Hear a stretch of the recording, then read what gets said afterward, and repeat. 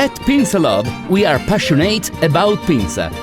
Once you experience a Pinsa, you can never go back to traditional pizza. We made a short video to show you how best to cook your Pinsa. The first step is preheating your oven to 450 degrees, or as we will say in Italy, 230 centigrade. The next step is to take the Pinsa out of the packaging.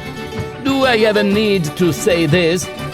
Once the oven is hot, put the Pinsa right on the rack. If you like, put a baking sheet under the Pinsa to catch any extra flour. Now the hard part. Wait, watch, smell, and get hungry. It's going to take about 15 to 18 minutes to cook to perfection.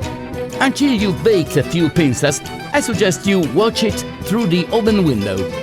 All ovens are different, and I couldn't sleep at night if I knew you overcooked your Pinsa. It will be done when the crust is golden brown and crispy and the cheese is melted. Perfetto! In Italy, we use scissors to cut the Pinsa. That way the Pinsa crust does not get crushed and keeps its cloud-like shape. Enjoy!